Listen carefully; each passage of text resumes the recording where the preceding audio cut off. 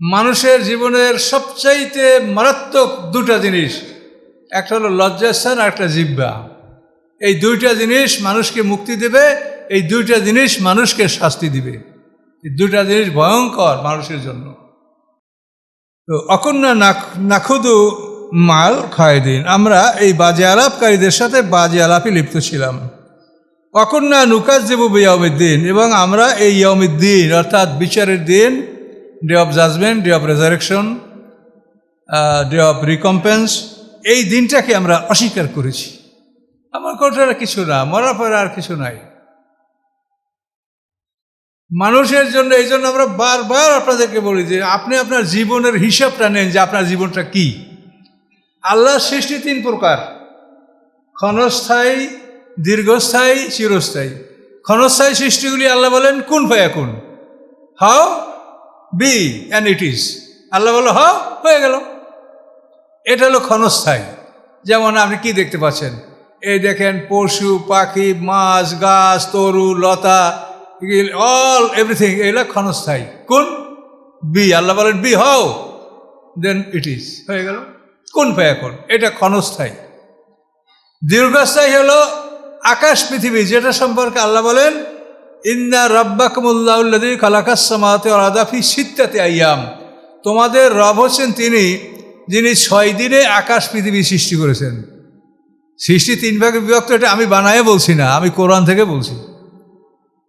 তাহলে এই আকাশ পৃথিবী এটা লং লিভিং, এটা মানে দীর্ঘস্থায়ী। এটাকে আল্লাহ বানাইছে 6 দিন বসিয়া। রবিবার সোমবার 2 দিনে পৃথিবী, মঙ্গলবার বুধবার এই 2 দিন পৃথিবী দিয়ে নদী সমুদ্র পাহাড় পর্বত খনিজ সম্পদ, এই 4 দিনে পৃথিবীর যাবতীয় কাজ কমপ্লিট করেছেন। বৃহস্পতি শুক্রবার চন্দ্র সূর্য গ্রহ নক্ষত্র প্ল্যানেটস সোলার সিস্টেম, এগুলি সব বিশ্বের শুক্রবারে আল্লাহ করেছেন। এই 6 দিনে আল্লাহ তাআলা আকাশ পৃথিবী সৃষ্টি করেছেন, এটা দীর্ঘস্থায়ী। এরপরে মানুষ হলো চিরস্থায়ী। এই মানুষকে সৃষ্টি করছেন আল্লাহ 120 বছর বসে।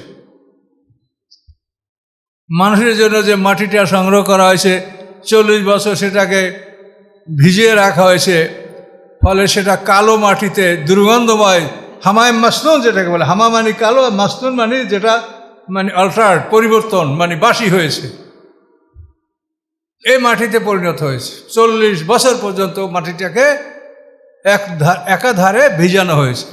দ্বিতীয় 40 বছর একাধারে রৌদ্রে শুকানো হয়েছে, ফলে সেটা হয়েছে কি সালসালেন কাল ফাক্কার। তৃতীয় 40 বছর সেটাকে সব ধরনের পানি দ্বারা মেজে মেজে গারা কাদায় পরিণত, প্লাস্টিক কিলে, যেটা কোরআনে বলে তিনেন লাজিব, ইন্না খালাকনাহু মিন তিনেন লাজিব। তিনেন লাজিব হলো প্লাস্টিক কিলে, গারা কাদা। এই 120 বছর বসে আদমের মাটিটাকে প্রস্তুত করে তার দ্বারা মক্কা এবং তায়েফের মাঝখানে আদমকে সৃষ্টি করা হয়েছে। তাহলে সৃষ্টি 3 প্রকার: ক্ষণস্থায়ী, দীর্ঘস্থায়ী, চিরস্থায়ী। মানুষ হলো চিরস্থায়ী। মানুষের কোনো মরণ নাই, মানুষ মরবে না। শুধু সংযোগ বিচ্ছিন্ন করে আপনাকে রেখে দেওয়া হবে। পরীক্ষার হলে ঢুকছেন, যিনি পরীক্ষায় নিচ্ছেন তিনি যদি মনে করেন যে পরীক্ষা হয়ে গেছে, তা আপনাকে সংযোগ বিচ্ছিন্ন করে আপনাকে সেফ কাস্টডিতে রেখে দেওয়া হবে। এখন সংযোগ বিচ্ছিন্ন কি, এগুলো যদি আপনি না জানেন তা জীবন আপনার বৃথা। এই দেহটা কি, এটা পানি মাটি আগুন বাতাস। এই দেহের কোনো মূল্য নাই, এটা পদার্থের দেহ। মূল্যবান দেহ হলো এই দেহের মধ্যে আছে নফসে মুতমাইন্না, নফসে আম্মারা, নফসে লাগামা, রূহ। এই 4টি হলো আপনার মূল্যবান বস্তু, spiritual part of the body. আর এটা হলো ফিজিক্যাল পার্ট। এই স্পিরিচুয়াল পার্টটা, এটার উপরে আমাদের কোনো দখল নাই, এটা আমাদের কন্ট্রোলের বাইরে। ও কখন ঢোকে এটা আমরা জানি না, কখন বের হয়ে যাবে আমরা ওকে আটকে রাখতে পারবো না। এই যে মানুষের যে মানে অবস্থাটা, যে আমরা মানুষ অথচ আমি আমার নিজেকে নিয়ন্ত্রণ করতে পারছি না। আমি কখন মরবো কেউ জানে? তাহলে ও তো আমার মধ্যেই থাকে, তো ওকে আমরা ধরে রাখতে পারছি না কেন? ও ঢুকলো কখন? মাতৃগর্ভে আমরা 120 দিন পরে মাতৃগর্ভে ঢুকলো, কোন পথে ঢুকলো, কে ঢুকাইলো, ঢোকার পথটা কি? ফি যুলুমাতিন সালাস, 3টা কভারের মধ্যে গভীর অন্ধকারে আল্লাহ তাআলা তাকে সৃষ্টি করেছেন। কোরআনে আল্লাহ বলেছেন ফি যুলুমাতিন সালাস, ওখানে ওকে ঢুকলো কে কেমন করে ঢুকলো তো ঢুকলো, আবার যখন বের হবে তখন কিভাবে বের হয়ে যাবে? আপনার কোনো ক্ষমতা আছে? সমস্ত পৃথিবীর সম্পদ যা তার ক্ষমতা আছে?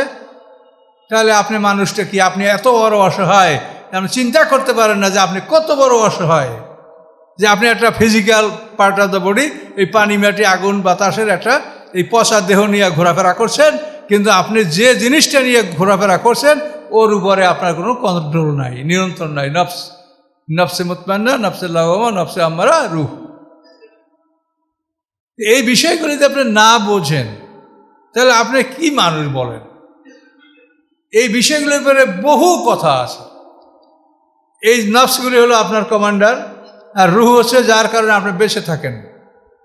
মানুষ যখন ঘুমায় তখন নফসগুলি বের হয়ে যায়, শুধু রুহটা ভিতরে থাকে, আর যখন মরবে তখন রুহটাও বের হয়ে যাবে। এর নাম হচ্ছে নিদ্রা এবং মৃত্যু। ঘুমকে বোঝেন, মৃত্যুকে বুঝবেন। একটা মানুষ ভালো মন্দ কেন করে? কমান্ডারের আদেশ অনুযায়ী। আমার আপনার ভিতরে যে কমান্ডার, এই নফসে মুতমাইন্না হলো সোল অফ পিস বা শান্তির আত্মা। এই শান্তির আত্মাকে যদি আপনি খাদ্য দান করেন তো আপনাকে ভালো পথে চালাবে, আপনার হাত পা চোখ সব নিয়ন্ত্রণ করবে, আপনাকে এমন কোনো কাজে অংশগ্রহণ করতে দিবে না যেটা করলে আপনি দোজগে যাবেন। এই যে সাকার, এই দোজগে মানুষ যায়, বেহেশতে মানুষ যায়, তো মানুষ বেহেশতে গেল কেন, দোজগে গেল কেন? যে আপনার যে ভিতরে যে নিয়ন্ত্রক, আপনার যে গভর্নর কন্ট্রোলার, সে আপনাকে যদি মানে নফসে মুতমান্না যদি আপনার গাইড হয়, সে যদি আপনার ড্রাইভার হয়, গভর্নিং অথরিটি হয়, তাহলে সে আপনাকে চালাবে এমন পথে যাতে আপনি একটুকু দোজগের কোনো চিন্তাই করবেন না। নারীর দিকে নজর পড়ছে, এই ডাউন করো, তাকাইও না, এ খারাপ কথা শোনা যায়, চুপ করো, তোমাকে গালি দিয়েছে তুমি চুপ করো, জবাব দিও না, তুমি ভালো খাও, ভালো পড়ো, তুমি হারাম খেও না, কাউকে ঠকেও না। এই যে এই সব আপনাকে নিয়ন্ত্রণ করবে নফসে মুতমাইন্না, যদি তাকে আপনি খাবার দেন, যদি তার তেল আপনি দেন। এর তেল হলো এই আল্লাহর রহি। আপনি যদি সবসময় আল্লাহর রহি দ্বারা হৃদয়টাকে সিক্ত রাখেন, তাহলে নফসে মুতমাইন্না আপনার শক্তিশালী হবে, সে আপনাকে পরিচালিত করবে, আপনি কখনোই ওই খারাপ পথে আপনি যাবেন না। পক্ষান্তরে যদি এই নফসে মুতমাইন্নার খাদ্য আপনি বন্ধ রাখেন আর নফসে আম্মারার খাদ্য যদি চালু রাখেন, গান বাজনা, জারি যাত্রা, সিনেমা, ভিসিআর, যত রিক্রিয়েশনাল ফাংশন, এগুলোর মধ্যে আপনি নিয়োজিত থাকবেন। নফসে আম্মারা মানে পাপ আত্মা, পাপিষ্ট আত্মা, সোল এনজয়িং ইভিল, যে আত্মা মানুষকে বারবার পাপের দিকে আহ্বান করে, এই আত্মা আপনার মধ্যে শক্তিশালী হবে, আপনাকে ওই 20 মাইল দূরে যাত্রা গান কোথায় ওখানে নিয়ে যাবে। আর ঘরের পাশে নামাজ, মসজিদ, তাফসীর, এখানে আপনার পা ফিরবে না, যেহেতু আপনার কমান্ডার হলো নফসে আম্মারা। আর মাঝখানে হলো নফসে লাওয়ামা, রিগ্রেটিং সোল, যে আপনাকে অনুশোচনা যোগায় যে আমি এটা কেন করলাম। ও কিন্তু নফসে মুতমাইন্নার পক্ষে। এই 3টা কমান্ডার আপনার মধ্যে, আমাদের সকল মানুষের মধ্যে আছে। এইটা না দিয়ে আল্লাহ কাউকে সৃষ্টি করেন। এটাকে বলে ফেতরাত, নেচার, প্রকৃতি। এই প্রকৃতি, এর থেকে আল্লাহ কাউকে বঞ্চিত করেন নেই। আল্লাহ বলেন ফেতরাত আল্লাহ আল্লাতী ফাতারান নাস আলাইহা লা তাবদীলা লিখালকিল্লাহ। আমি যে প্রকৃতির মানুষকে সৃষ্টি করেছি, এই প্রকৃতির কোনো পরিবর্তন নেই। আমি কাফেরের ঘরের সন্তানকে এই জিনিসগুলো দিয়েছি, মুমিনের ঘরের সন্তানকে আমি এই জিনিসগুলো সব দিয়েছি, কিন্তু আমি দিয়েছি এরপর তোমাকে ওটাকে জীবিত রাখার জন্য তেল ঢুকাতে হবে। তোমার তেলের ব্যবস্থা আমি রেখেছি, তুমি ঢুকাও। আপনারা এখানে আসেন, আপনাদের অন্তরে কোরআনের এই যে তেল ওয়েলিং হচ্ছে, আপনাদের মনটা ভালো থাকবে, মনটা ভালো পথের দিকে যাবে। বাইরে হলেই মনটা যাবে যে না, আমি খারাপ যেন না করি। এটা তেলের কারণ, এই ওয়েলিং। তো এই বিষয়গুলি কিন্তু খুব জোরালো বিষয়, এই বিষয়গুলি খুব ভালো করে বুঝতে হবে। এগুলি আমরা বারবার আপনাদেরকে বোঝাবার চেষ্টা করি, জানি না কি আপনারা বিরক্ত হন না বোঝার চেষ্টা করেন। এগুলো না বুঝলে হবে না। এইটা আপনার মূল বিষয়টা হলো এখানে মানুষের মরণটা কি, শুধু সংযোগ বিচ্ছিন্ন করে রাখা দেওয়া। শুধু সংযোগটা বিচ্ছিন্ন করে দিয়া ওই যে স্পিরিচুয়াল পার্ট, ওকে আল্লাহ কোথায় নিয়ে কোথায় রাখে এইটা সম্পর্কে আমাদের কোনো খবর নেই। শুধু মাটির দেহটা এটা আপনি বিউরিয়াল ফাংশন, ক্রিমিটিং ফাংশন, যেটা আপনি করেন, মাটি দেন, পোড়ান, যা করেন, এই পদার্থের দেহটা পদার্থের মধ্যে বিলীন হয়ে থাকবে, এটা পদার্থের বাইরে যেতে পারবে না। ইসরাফিলের সিঙ্গার ফুৎ করে এটা একত্রিত করবে, প্রথম ফুৎ করে, দ্বিতীয় ফুৎ করে আল্লাহ তাআলা তার পক্ষ থেকে প্রাণ শক্তি ঢুকাই দেবে। আপনি মানুষ, আপনি কই, আপনি মরছেন কোথায়? মানুষের তো মরণ নাই, মানুষ মরে না, শুধু তার সংযোগ বিচ্ছিন্ন করে রাখা হয়। কিন্তু এই বিষয়টা তো আমরা বুঝি না, যার জন্য একদল মানুষ পরকালকে অস্বীকার করে। সে এতই বোকা যে নিজ সম্পর্কে তার কোনো জ্ঞান নাই। জ্ঞানী কাকে বলে? একটা মানুষ ডক্টর, ইঞ্জিনিয়ার, বিসিএস পাশ করা মানুষ জ্ঞানী না, এদেরকে আল্লাহ উম্মি বলেন। কেতাবের জ্ঞান যদি থাকে, কোরআনের জ্ঞান থাকে, সেই হলো জ্ঞানী। এছাড়া পৃথিবীর যত ডিগ্রিওয়ালা মানুষ, এরা জ্ঞানী না, এরা উম্মি, নিরক্ষর, আনলেটার্ড, অক্ষর জ্ঞান তাদের নাই, এরা নিরক্ষর।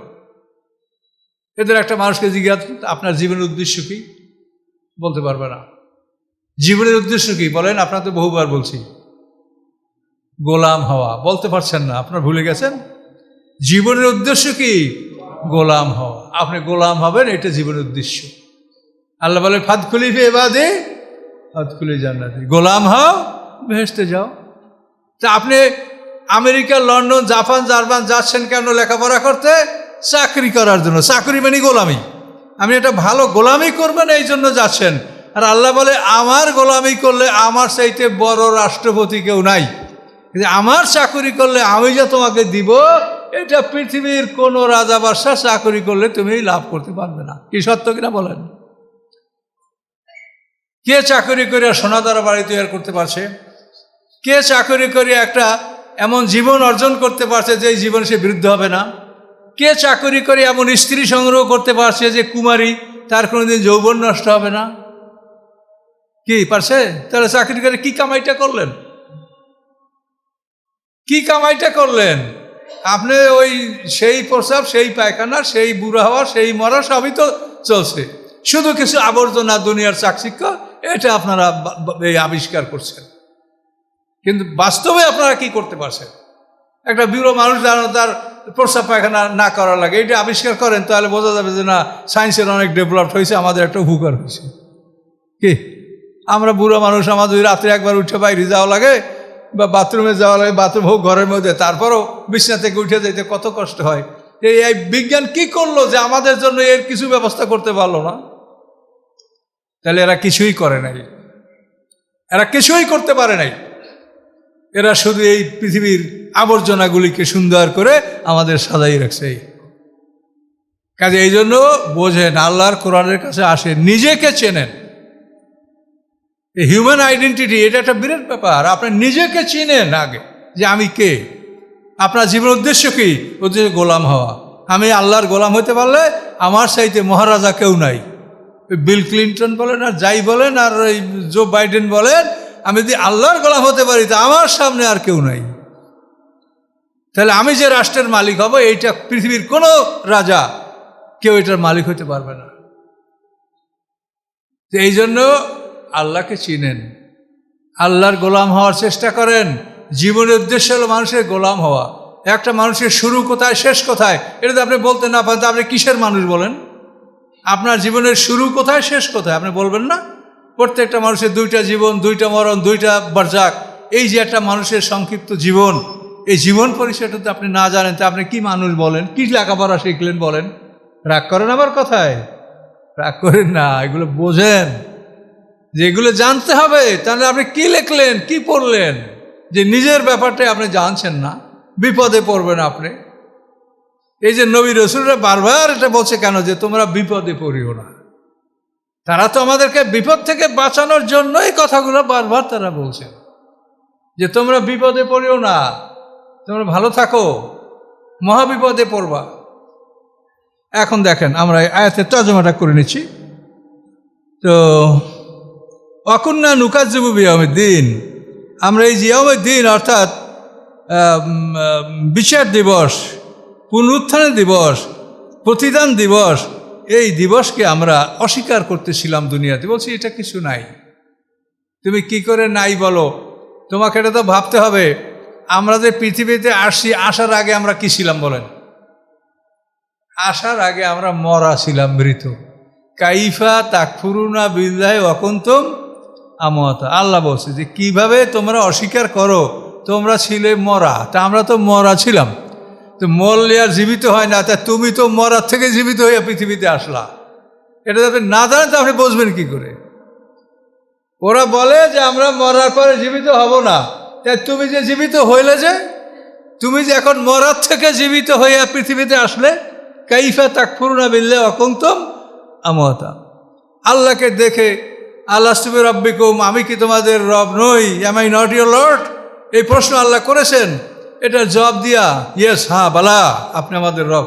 আমাদেরকে মৃত্যু করে দিলেন, সব মরা, একবার সব ডেক একসঙ্গে মরা।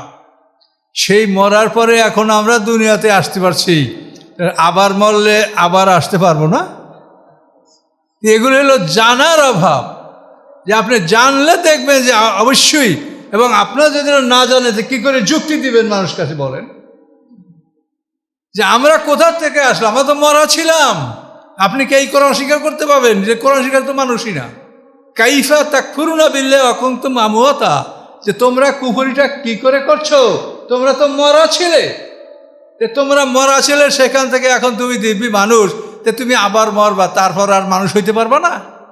তা আল্লাহ করবে না? অবশ্যই করবে, যেহেতু তোমাকে বিশেষ দায়িত্ব দিয়ে সৃষ্টি করা হয়েছে। আমরা মানুষ, আমরা অন্য পশুর মতো না। একটা হাতিতে কি খায়? হাতিতে কোনো মূল্যবান জিনিস খায়? একটা গরুতে কি খায়? একটা মহিষে কি খায়? আর আমরা এতটুক মানুষ, আমরা কত দুনিয়া খাই।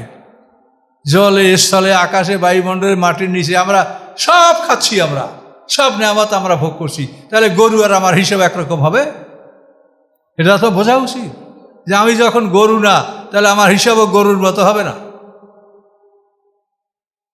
এই বিষয়গুলি, অর্থাৎ আপনার মানে সেলফ অ্যাকুইন্টেন্স, আপনার নিজের যে একটা পরিচয়, এইটা আপনারা সবসময় এই পরিচয়টা জানার চেষ্টা করবেন।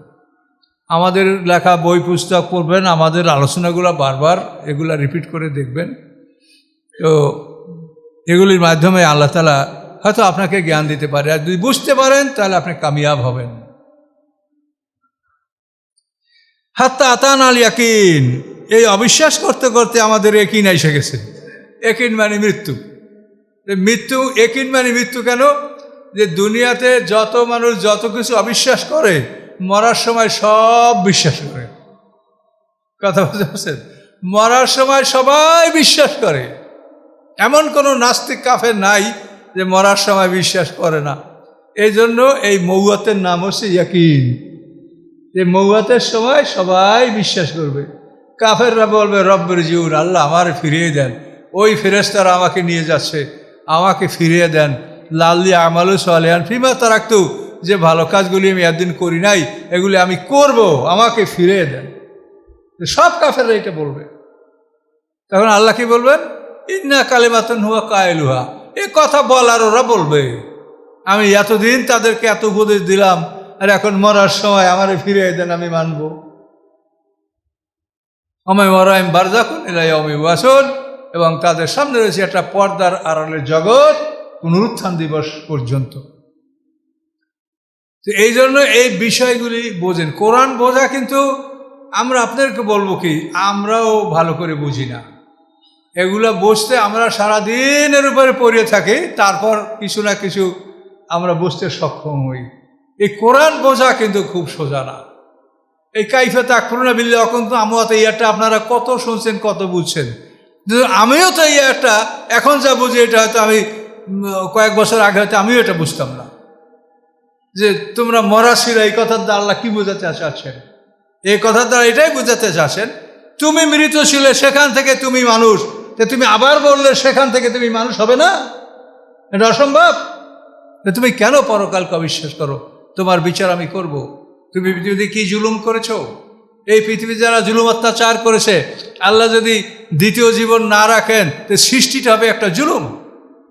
যার শক্তি আছে সে মাইরিয়া পিটিয়ে দখল করিয়া সব কিছু খাইয়া একটা মানুষকে শেষ করিয়া ছেড়ে দিল। এখন যদি পরকাল না থাকে, তাহলে এই লোকটা তো বিচার পাইল না, সে অত্যাচারিত হয়েই সে অপ্রেস্ট অবস্থায় সে পৃথিবীতে বিদায় নিল। তাহলে সৃষ্টিটা তাহলে কি ন্যায় হলো? তাহলে তো সৃষ্টিটা জুলুম হয়ে যাচ্ছে। এই জন্য আল্লাহ বলেন, আমি আমার বান্দার হয়ে বিন্দুমাত্র জুলুম করব না, আমি জুলুম করি না। কাজে যারা জুলুম করেছ তাদের প্রতিশোধ নেওয়ার জন্যই আমি তোমাদের দ্বিতীয় জীবনের ব্যবস্থা রেখেছি। আমি সেই সময় প্রতিশোধ নিব। দ্বিতীয় জীবন ছাড়া মানুষের বিচার সম্ভব না। একটা মানুষ মনে করেন 100 লোক খুন করছে, এখন একটা লোক খুনের জন্য তার বিচার হয়েছে 30 বছর সাজা। তাহলে 100 বছর, যে লোকটা 100 খুন করছে, তো একটা খুনে যদি 30 বছর সাজা হয়, তা কত বছর সাজা হয় দেখেন তো? 3000 বছর। তাহলে এখন এই লোকটা তো বাঁচবে 50, 60, 80, 90 বছর। তাহলে এর 3000 বছর সাজা কেমন করে হবে? কোনো রকম সম্ভব না। এই জন্য পরকালে তারে উঠানো হবে। উঠানোর পরে এমন এক জায়গায় নিয়ে যাওয়া হবে যেখানে একটা দিন 1000 বছরের সমান। কাজেই তুমি যতটা খুন করছো, এতে যদি তোমার 5 লক্ষ বছর সাজা হয়, তুমি 5 লক্ষ বছর দোজখে থাকবে, এতে কোনো সময়ের অভাব হবে না, এর মধ্যে তোমার মৌয়াত আসবে না। এই জন্য পরকাল এটা অনিবার্য। পরকাল এটা ন্যায় বিচারের চাহিদা, এটা ডিমান্ড অফ জাজমেন্ট। পরকাল অবশ্যই থাকতে হবে। হাত্তা আতানাল ইয়াকিন, এভাবে করতে করতে আমাদের ইয়াকিন এসে গেছে। ইয়াকিন মানে কি? মৃত্যু। মৃত্যুর সময় সবাই বিশ্বাস করে। বড় বড় কাফেররা বলে, অকিল মান রাখ, এই দেখো কেউ ঝাড়ফুঁক করতে পারে নাকি? ঔষধে তো ধরে না, হুজুর করে ডাকো, দেখো না ফুক টুক দিয়ে কিছু হয় নাকি? কোরআনই আল্লাহ বলেছেন। যখন এইরকম ভয়ঙ্কর শাস্তির সময়টা আসে, মৃত্যুর সময় আসে, তখন দেখে যে আর কোনো ঔষধে কাজ হয় না। দেখো একজন হুজুর ডাকো, একটু ফুক দিয়ে দেখ, কিছু হয় নাকি? অকিল মান রাখ, রাখ মানে কি? যারা ফুক দেয়, ঝাড়ফুঁক করে। হামাতান ভাম সাফাতু সাফিন, আল্লাহ বলেন এই লোকগুলার কোনো সুপারিশকারীর সুপারিশ তাদের কোনো হুকারে আসবে না। আল্লাহ তাআলা কারো অনুরোধ শুনবেন না, আল্লাহ আইন দ্বারা বিচার করবেন। হামালাও মানে তাজকিরাতে মুরিদিন, কি হয়েছে তাদের? যে উপদেশ থেকে তারা মুখ ফিরিয়ে নিচ্ছে, এই উপদেশগুলি তারা গ্রহণ করছে না। কিভাবে মুখ ফিরিয়ে নিচ্ছে? দৃষ্টান্তটা কেমন দিচ্ছে আল্লাহ দেখেন। কার নাম হুমুরুম মুস্তান ফেরা, মনে হয় যেন তারা পলায়ন পর গাধা, যে গাধা পালাচ্ছে। কার থেকে? হাররাতমেন কাসোরা, সিংহর থেকে যে গাধা পালাচ্ছে, সিংহের আক্রমণ থেকে যে গাধা পালাচ্ছে, সেই গাধা কীরকম পালায় মনে করেন তো? ওর জীবনের সর্বশেষ শক্তি দিয়েও দৌড়ে আর পালায়। তা আল্লাহ বলেন, যারা সিংহের সামনে থেকে যেরকম গাধা পালায়, ওই রকম ওরা হেদায়েতের সামনে থেকে পালাচ্ছে। কথাটা কিভাবে আল্লাহ বলছে দেখেন তো, যে সিংহের সামনে থেকে যেরকম গাধা পলায়ন করে, ওরা হেদায়েত থেকে ওই রকম পলায়ন করছে, হেদায়েত গ্রহণ করছে না, শুনবেই না। শুনবে কেমনে? ওই যে ভিতরে গঠন লাগবে, নফসে মুতমাইন্না যদি ওখানে রেডি থাকে তাহলে শুনবে। আর যদি এখানে নফসে আম্মারা থাকে, তো ওই গাধার মতো দৌড়াবে। যে সিংহে যে গাধা আক্রমণ করছে, ওই গাধার মতো পালাবে। কিন্তু নফসে মুতমাইন্না যদি আপনার ভিতরে তৈরি করেন, সে পালাবে না। এই জন্য নফসে মুতমাইন্না সৃষ্টি করতে হবে। আপনাদের জন্য সহজ বুদ্ধি, সময় বাজে কথা একেবারে বন্ধ করবেন, প্রয়োজনের কথা বলবেন, বাজে কথা বন্ধ করবেন, আল্লাহর জিকির করবেন, নামাজ রোজা ঠিক মতো আদায় করবেন। বাকি সময়টা সুবহানাল্লাহ, আলহামদুলিল্লাহ, লা ইলাহা ইল্লাল্লাহ, আল্লাহর স্মরণ করবেন। তারপরে কোরআন তেলাওয়াত করবেন, সম্ভব হলে নফল নামাজ পড়বেন। এভাবে আপনি সময়টা যদি পার করেন, তাহলে আপনার মনের অবস্থাটা ভালো হবে, নফসে মুতমাইন্না আস্তে আস্তে শক্তিশালী হবে। এভাবে চেষ্টা করতে হবে। সিংহ থেকে গাধা পলায়ন করে যেভাবে, ওইভাবে ওই লোক হেদায়েত থেকে পলায়ন করে। বালি ইউরিদি কুল্লুম রিমিনহুম আয়ুতা সুহুফা মুনাশশারা, তাদের প্রত্যেকটা মানুষ চায় যে তাদের কাছে খোলা কাগজে আল্লাহ তাআলা তাদের কাছে অর্ডার নিয়ে আসুক, যে হ্যাঁ এই মোহাম্মদ সাম নবী, তিনি তুমি এই সব, এগুলো খোলা কাগজে লিখিতভাবে আল্লাহ আমাদের কাছে পাঠাই দিক।